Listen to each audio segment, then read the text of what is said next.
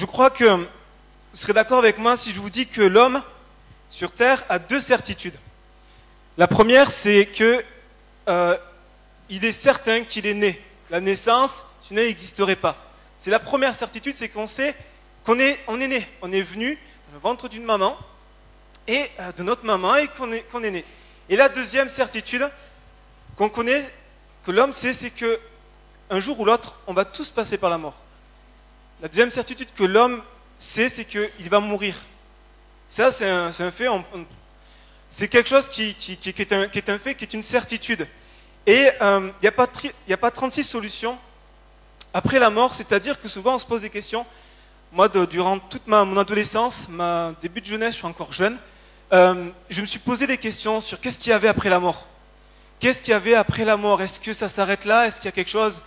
J'ai eu une éducation qui me disait, ben oui, il y a quelque chose. Pour gagner ce quelque chose, il fallait être bien, il fallait faire de bonnes œuvres. Et il y a quelque chose après la mort, je vous le dis, il y a quelque chose après la mort. Il y a deux chemins. Il n'y en a pas 36, il y en a deux. Soit il y a un chemin qui conduit vers les souffrances, vers les douleurs, vers des cris qui vont pas s'arrêter, qui vont être éternels. C'est ce qu'on appelle l'enfer. Et un autre endroit où on va être, un autre chemin qui nous conduit vers Dieu, qui nous conduit auprès de Dieu, où on va passer toute l'éternité auprès de Dieu. Et Dieu a préparé un endroit où il n'y aura plus de souffrance, où il n'y aura plus de larmes, où il n'y aura plus de douleur, où il n'y aura plus de honte, où il n'y aura plus de gêne, un endroit où on sera bien, c'est ce qu'on appelle le paradis. Et souvent, on se pose, et je crois que c'était pendant toute l'histoire de notre terre, de notre monde, c'était les questions, comment on fait pour rentrer au paradis? Et je crois que c'est l'héritage qu'on a un petit peu de notre culture, de notre histoire ici en France, et puis que le groupe de sketch a bien illustré, c'est que souvent on pense qu'on peut rentrer au paradis par toutes les bonnes œuvres qu'on aura pratiquées. J'ai fait, vous savez, souvent j'entends, j'ai fait ma BA, j'accumule ma BA, pour qu'un jour, lorsque je serai mort et que je me tiendrai devant Dieu, regarde toutes les BA que j'ai fait, toutes les bonnes actions, toutes les bonnes œuvres que j'ai fait. Et on a vu que, comme disait l'ange, interprété par Noémie, que ce n'est pas par les œuvres qu'on est sauvé. La Bible dit que ce n'est pas par les œuvres, enfin, que personne ne se glorifie. La deuxième chose, c'est qu'on pense que c'est par l'argent. Plus on va dépenser à travers l'Église, plus on va dépenser envers telle communauté, plus on va avoir les chances d'accéder au paradis. Et dans certains endroits, c'est plus tu payes, plus tu vas payer, plus tu vas être sûr de ton salut, plus tu vas être sûr d'aller au paradis. Et ce qui fait que, en fonction de ce que tu donnes, tu seras soit en première classe, soit en deuxième classe, ou si tu es vraiment millionnaire et que tu as ultra donné, tu vas être en classe excellence. Tu vas être en super classe. Et là, moi j'appelle ça des sectes, où c'est donne-moi l'argent pour que t'assurer les portes, en tout cas l'ouverture des portes. Et les portes du ciel. Et j'étais interpellé par un homme un jour, il y a quelques mois, j'étais en Ariège et j'ai visité le château de Montségur qui a été établi par des Cathares, qui est établi à 1200 mètres. Et donc on dépose les voitures, on y va à pied, on n'y va pas en voiture ni en bus, il n'y a rien qui pour nous tirer, on y va avec nos jambes. Et on pose la voiture, donc on se gare, et j'étais avec mes parents, et puis donc on commence à monter, et puis ça monte, la pente est raide et ça monte. Et c'était un après-midi, le soleil tapait, et rien que les premiers mètres, on commençait à fatiguer, à souffrir. Et arrivé à peu près à 200-300 mètres, on voit un petit cabanon, et dans ce petit cabanon, on voit que, en fait, pour continuer, pour aller au château, pour monter jusqu'au château, aux 1200 mètres, il fallait payer. Et là, je me dis, c'est pas possible, il faut payer pour souffrir. Et donc, on paye et on visite le château. Et heureusement qu'il y avait des points, lors de la montée, des points d'information qui nous expliquaient tout l'historique du château, aussi tout ce qui était les Cathares, ce qu'ils avaient vécu. Et donc, on arrive devant ce château qui était en ruine, mais il restait certaines choses. Et on avait un super point de vue, on voyait de belles choses. Et puis, donc, une fois qu'on avait photographié, pris des photos et tout ça, on redescend. Et en redescendant, j'étais interpellé par une personne. Et donc on voyait plusieurs personnes qui souffraient aussi comme nous, mais nous on était contents, descendaient. Et puis là je vois une personne qui était avec sa femme et qui dit, et ça m'a interpellé ce qu'il a dit, mais c'est pas possible, même pour monter au ciel il faut payer. Et là je me suis dit, mais combien de gens pensent, combien de gens sont dans cette logique que pour aller au ciel il faut déverser, il faut payer soit en bonnes actions, soit payé de ta propre argent, de ton propre argent. Ce n'est ni par les souffrances, on l'a vu, c'est ni par les souffrances qu'on aura accès au ciel. Et c'est ni aussi cette chanson qu'on entend tellement souvent, nous irons tous au paradis. C'est faux. Nous n'irons pas tous au paradis. Seul Dieu a envie, Dieu a ce désir que tous les hommes soient sauvés, que tous parviennent au salut, que tous parviennent à la connaissance de Christ. Mais nous ne serons pas tous sauvés. Seulement ceux qui auront accepté Jésus.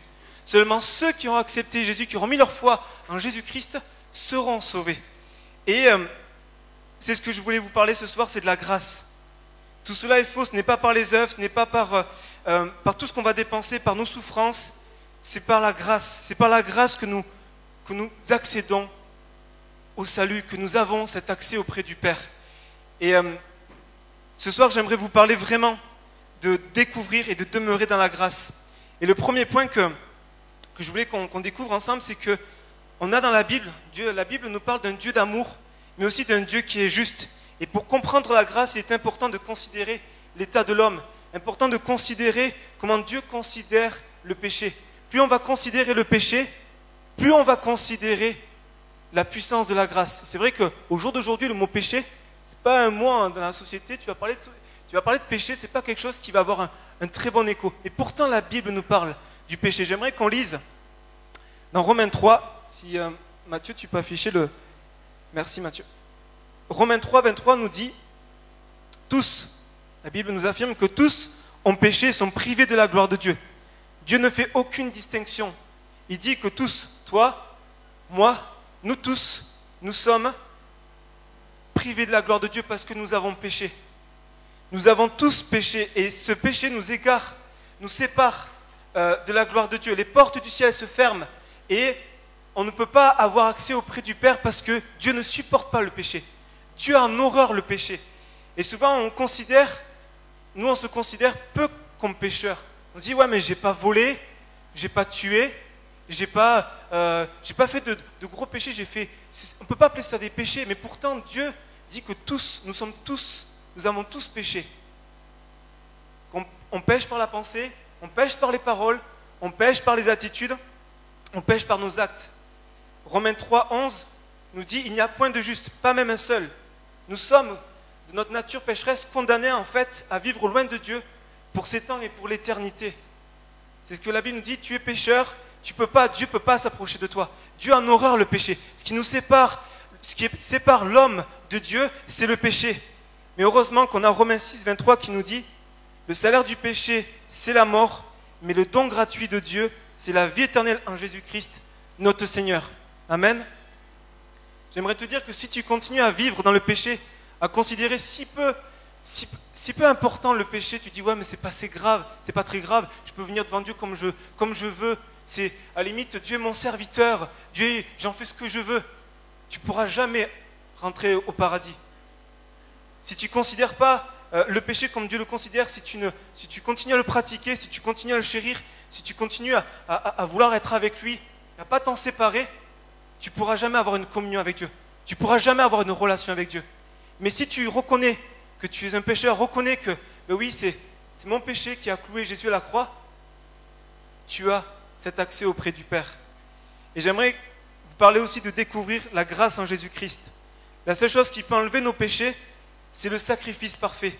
Aucun de nos actes, de nos biens, de nos richesses ne peut nous enlever nos péchés, ne peut enlever nos péchés, peut effacer. Aucune de nos œuvres ne peut purifier, ne peut pardonner nos péchés devant Dieu. La Bible dit que sans effusion de sang, il n'y a pas de pardon. Sans effusion de sang, il n'y a pas de pardon. Et c'est pour ça qu'il fallait que Jésus, le Fils de Dieu, puisse mourir à la croix, verser son sang pour nos péchés. La grâce de Dieu, c'est ça. C'est que Dieu a sacrifié son unique, le seul qu'il avait. Le seul, il n'en avait pas d'autre. Il a sacrifié pour qu'il meure à la croix et que par son sang qui a coulé à la croix, nous soyons justifiés, nous soyons pardonnés. La grâce de Dieu, c'est ça. C'est un Dieu qui est rempli d'amour pour chaque être humain, rempli d'amour pour chaque âme.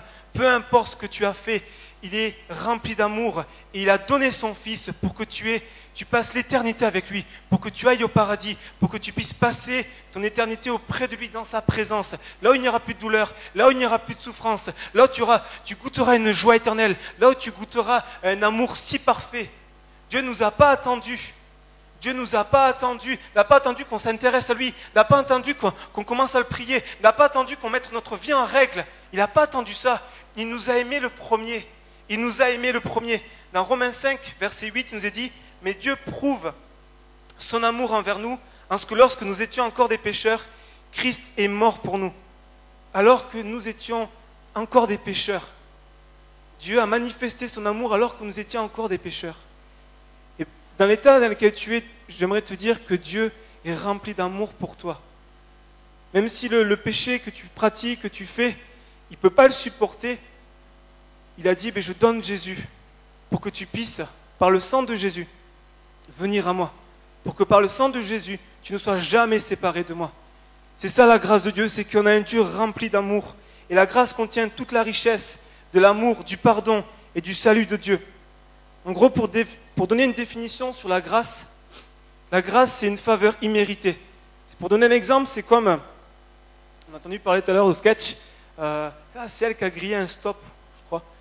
Imaginez, vous êtes là, vous grillez un stop, vous grillez un feu rouge, et la police vous arrête. La loi elle dit quoi? La loi elle dit, tu as grillé un feu rouge, tu as grillé un stop, tu te fais arrêter, tu perds des points déjà, et tu payes une amende. Tu payes. Et imaginez que vous avez grillé, vous voyez, c'est bien rouge, et puis pas le temps, foncez, puis là la police vous arrête, et puis elle vous dirait, ok, c'est bon pour cette fois. Elle vous accorde une faveur, elle vous accorde une grâce. C'est que la loi, elle dit quoi? La loi, tu grilles le feu rouge, tu payes une amende et tu as des points qui sont enlevés. Mais la grâce va dire quoi? Va dire que je t'accorde une faveur. Passe, je ne considère pas ce que tu as fait. Alors la grâce ne veut pas dire, c'est pas grave, tu as grillé un feu rouge, c'est pas grave, tu as grillé un stop. C'est pas ça la grâce. La grâce, c'est vraiment t'accorder une faveur. Et Dieu nous accorde toute sa faveur en Jésus-Christ. Et j'avais un ami, et j'ai toujours un ami qui est toujours vivant, qui était animateur en colo, maintenant il est devenu directeur. Et pour parler aux enfants de la grâce de Dieu, ce qu'il faisait, ça m'a toujours surpris. J'aurais aimé être un enfant quand il enseignait ça. Mais dans les gestes de la vie quotidienne, en fait, il se retrouvait avec les enfants, et puis il dit, venez voir les enfants. Et puis les enfants ne comprenaient pas, donc ils venaient, et puis là, à ce moment-là, il distribuait des bonbons. Et là, il leur dit, mais vous savez pourquoi je vous distribue des bonbons? C'est pas parce que vous avez fait des bonnes choses, c'est pas parce que vous êtes bien comportés, c'est pour vous dire que je vous aime. Et c'est pour vous dire que Dieu vous aime. Et il enseignait la grâce à travers ces actes concrets de la vie quotidienne. Et moi, ça m'a toujours interpellé. Je me dis, mais c'est ça. Dieu, il n'agit pas à dire, mais t'as fait telle chose. Il regarde à Jésus. Et parce qu'il regarde à Jésus, il veut te bénir. Parce qu'il regarde à Jésus, il veut te secourir. Et c'est vrai qu'on a du mal, nous, à concevoir la grâce, parce qu'on vit dans une société de mérite. Si tu fais ça, tu auras telle chose. Tu travailles bien à l'école, tu auras une image. Si tu fais telle chose, tu auras telle récompense. Il faut mériter pour avoir. Et je crois que beaucoup de religieux, au jour d'aujourd'hui, ne connaissent pas la grâce parce qu'ils veulent mériter l'attention de Dieu. Ils veulent mériter l'amour de Dieu. Alors ils vont faire toutes sortes d'actes pour mériter. Mais la grâce, ça ne se mérite pas. La grâce, ça se reçoit. La grâce, ça se reçoit. La grâce de Dieu se reçoit. Et on ne peut mériter ni l'amour de Dieu, ni son pardon. Il nous l'accorde parce qu'il nous aime, parce qu'il déploie sa grâce. Et je crois que vraiment la grâce peut nous transformer, peut changer nos vies. Et je veux vraiment te le dire ce soir. Si tu accueilles et tu reçois la grâce de Dieu dans ton cœur, elle peut transformer radicalement ta vie. Elle peut changer ta vie. Parce que tu vas découvrir un Dieu rempli de passion pour toi. Un Dieu rempli d'amour pour toi. Et je finis avec ce dernier point. C'est que c'est vrai, souvent on découvre la grâce. On est émerveillé par la grâce de Dieu. On se dit, je suis sauvé par la grâce, j'ai le salut par la grâce. Mais j'aimerais ce soir qu'on aille plus loin. C'est qu'il faut demeurer dans la grâce. Il faut la découvrir, la recevoir, mais la demeurer. Et c'est vrai qu'une fois qu'on a l'assurance du salut par le pardon de nos péchés, la grâce ne s'arrête pas là. Elle est bénéfique pour nous permettre d'avoir une relation personnelle avec Dieu. Elle t'ouvre la grâce, elle t'ouvre la porte du ciel. Tu sais que le jour où tu passeras, tu vas mourir, tu sais que tu auras cette assurance, vraiment cette assurance, cette troisième certitude, que tu vas mourir, mais oui, tu as une troisième certitude, c'est que tu vas rencontrer ton Dieu. Et c'est que ça c'est la grâce qui t'ouvre ça. Et puis la grâce aussi te permet, la deuxième chose qu'elle permet, c'est qu'elle te permet d'avoir une relation sur cette terre avec Dieu. Elle te permet d'avoir une relation personnelle, d'avoir un cœur à cœur avec Dieu. La Bible nous dit que la loi, les 10 commandements ont été donnés par Moïse. Mais la grâce et la vérité sont venues par Jésus-Christ. Et chose qui était impossible est devenue possible en Jésus-Christ. C'est-à-dire que dans l'Ancien Testament, personne, ou très peu de monde, quelques personnes avaient une relation avec Dieu, avaient un cœur à cœur avec Dieu, avaient une relation personnelle. Et parce que Jésus est mort à la croix, parce qu'il nous a donné cet accès auprès du Père, nous avons la possibilité d'avoir une relation. Comme on a prié tout à l'heure, c'est possible que chaque jour, tu puisses parler à Dieu, que Dieu t'entend et qu'il te réponde. La grâce nous permet de vivre cette relation avec Dieu. Dans Hébreux 4, verset 14, il nous est dit « Approchons-nous donc avec assurance du trône de la grâce, afin d'obtenir miséricorde et de trouver grâce pour être secourus dans nos besoins. » Éphésiens 2, 18, « Car par lui, donc par Jésus, nous avons les uns et les autres accès auprès du Père dans un même esprit. » J'aimerais te dire que la grâce te permet d'avoir ce privilège, d'avoir une relation avec un Dieu qui est saint, un Dieu qui est pur, le Dieu qui est créateur du ciel et de la terre. La Bible dit que le ciel est son trône et la terre est son marchepied. Ce Dieu-là, tu peux avoir un contact avec lui. Tu peux avoir une relation avec lui. Ce n'est pas juste avoir une relation à l'église, c'est avoir une relation lorsque tu rentreras chez toi ce soir et que tu vas commencer à le prier dans ta chambre, dans ta voiture, lorsque tu te sentiras mal ou que tu voudras lui parler ou que tu voudras chercher des réponses dans ta vie. Eh bien Dieu est celui qui va t'entendre. Il est celui qui va avoir cette relation avec toi. Et je crois qu'on a ce privilège et qu'il ne faut pas, le mettre de côté, mais le vivre pleinement. Et la grâce vient briser tout le joug de la culpabilité, de l'accusation, de la condamnation. Il n'y a plus de condamnation en Jésus-Christ. Et je crois que certaines fois, on reçoit la grâce pour notre salut, mais après, dans notre vie chrétienne, on vit comme pour mériter l'amour de Dieu. On vit comme pour mériter l'attention de Dieu. Et on va essayer de le mériter en priant, en jeûnant, en faisant toutes sortes d'œuvres, alors que Dieu te dit, mais non, c'est bien de jeûner, c'est bien de prier, mais viens pas mériter ma présence, viens pas mériter mon attention. Je suis attentionné, je viens à ma présence parce que je vois à travers le sacrifice de Jésus. Et je crois que souvent dans nos vies, on accepte la grâce pour le salut et on la met de côté pour notre communion et notre relation avec Dieu. Alors que Dieu se réjouit lorsque tu viens dans sa présence. Dieu se réjouit. C'est vrai que s'il y a des choses qui ne sont pas bonnes, il va te les montrer pour que tu demandes pardon. Mais après, par le sang de Jésus, tu as une relation, une liberté, une plénitude dans cette communion. Et c'est ça l'effet de la grâce, de demeurer dans la grâce. Elle nous libère de tout joug religieux, de tout, il faut faire ci, il faut faire ça. Elle nous permet de vivre libre, une communion libre, d'être épanoui, d'être chrétien et d'être dans la joie, d'être chrétien et d'être libre. Et je finis avec ça, c'est que si on se dit, mais alors si on est sous la grâce, on peut pécher, on peut vivre n'importe comment. Il suffit de demander pardon à Dieu. Il suffit de demander pardon à Dieu. Et je crois que ça, c'est un mépris de la grâce. Je crois que c'est un mépris de la grâce de dire, mais Dieu nous fait grâce, donc peu importe, je vis comme je le veux, je le vis comme il me semble bon, et même si je pêche, c'est pas grave, je demanderai pardon à Dieu, et Dieu va me pardonner. Mais Dieu regarde à ton cœur.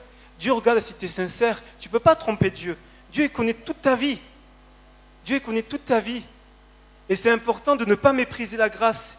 Dans Tite, et je trouve ça intéressant, j'ai découvert un texte qui nous parle de ce danger qu'on peut rencontrer dans nos vies. Dans Tite 2, versets 11 à 12, je lis version parole vivante. En effet, la grâce de Dieu s'est révélée comme une source de salut pour tous les hommes. Elle s'est levée sur ce monde, illuminant l'humanité entière et apportant à tous la possibilité d'être délivrés du péché. C'est ce qu'on vient de voir. Mais elle fait autre chose, c'est qu'elle veut nous éduquer, nous enseigner et nous amener à nous détourner de tout mépris de Dieu, à rejeter les passions et les convoitises des gens de ce monde et à renoncer à la course au plaisir. Elle nous enseigne, la grâce nous enseigne à vivre dans le temps présent avec sagesse, réserve et maîtrise de soi, en toute intégrité et honorabilité devant Dieu. La grâce, donc dans Tite, on le voit, elle nous délivre de notre péché. Mais elle ne fait pas que ça. Demeurer dans la grâce, c'est être enseigné par cette grâce à nous détourner de tout mépris de Dieu, à rejeter les passions, les convoitises des gens de ce monde, à renoncer à la course des plaisirs. La grâce va nous amener à nous centrer sur Dieu. Demeurer dans la grâce de Dieu va nous amener à vivre une vie de chrétien libre et une vie de chrétien pur. Une vie de chrétien où on ne néglige pas le péché. Une vie de chrétien où j'ai découvert la grâce, je suis sauvé, mais maintenant, il faut que tu marches avec Dieu. Et demeurer dans la grâce, c'est réaliser que la grâce, elle te permet de vivre dans la pureté, de vivre dans la sainteté. Parce que notre Dieu, le Dieu que nous prions, le Dieu que nous parlons, c'est un Dieu saint. Un Dieu, comme je le disais tout à l'heure, qui ne supporte pas le péché. Un Dieu qui a horreur du péché. Et c'est vrai que souvent on se dit, mais moi je suis sous la grâce, je peux faire n'importe quoi. Mais non. Elle nous enseigne à avoir une vie pure, à avoir une vie intègre, une vie qui réjouit le cœur de Dieu. Parce qu'on a été racheté à un grand prix. Amen.